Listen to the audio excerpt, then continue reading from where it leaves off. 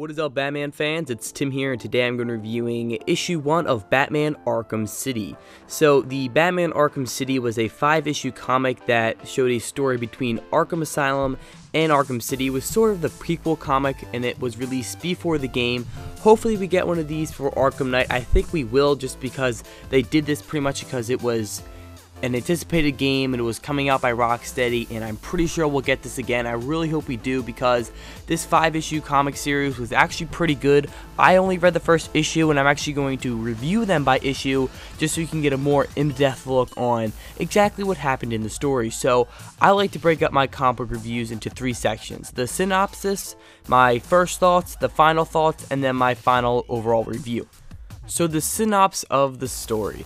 Basically what happens in this issue is that in the beginning we find out exactly what the Joker and Harley Quinn have been thinking after the final boss fight in Arkham Asylum, and the Joker knows he's sick, he knows what's going on already, and eventually word spreads throughout the asylum, and pretty much everyone knows that the Joker is sick.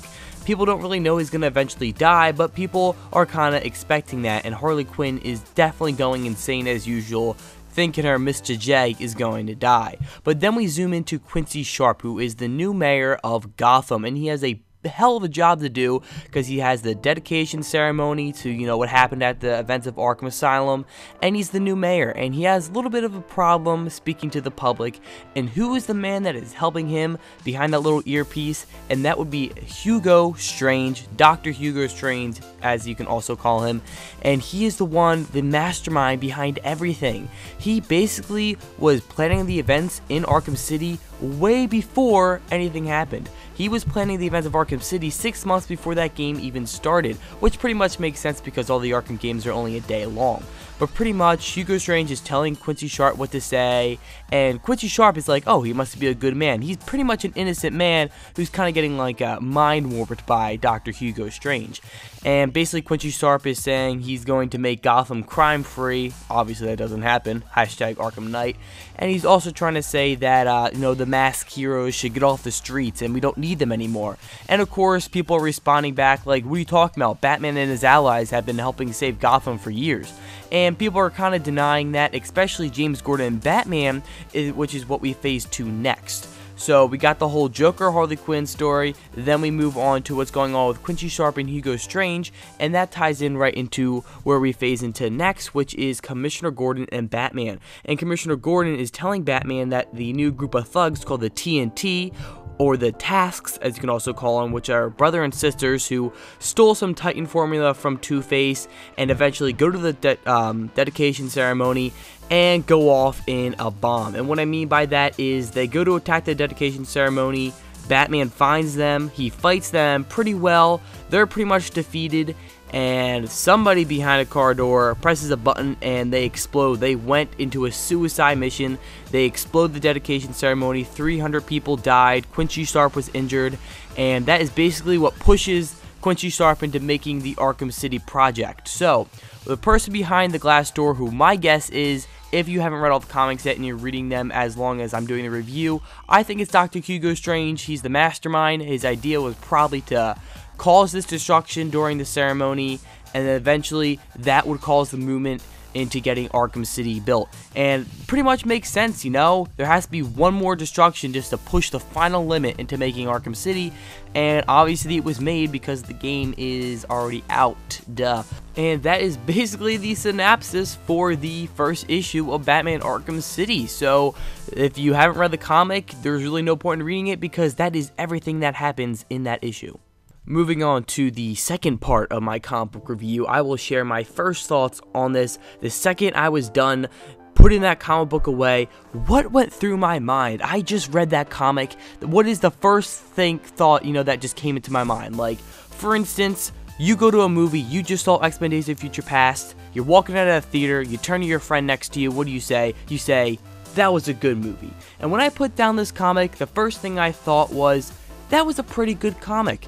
It was alright, nothing special. You can't really say anything because it's an old comic. I already know what happens in Arkham City.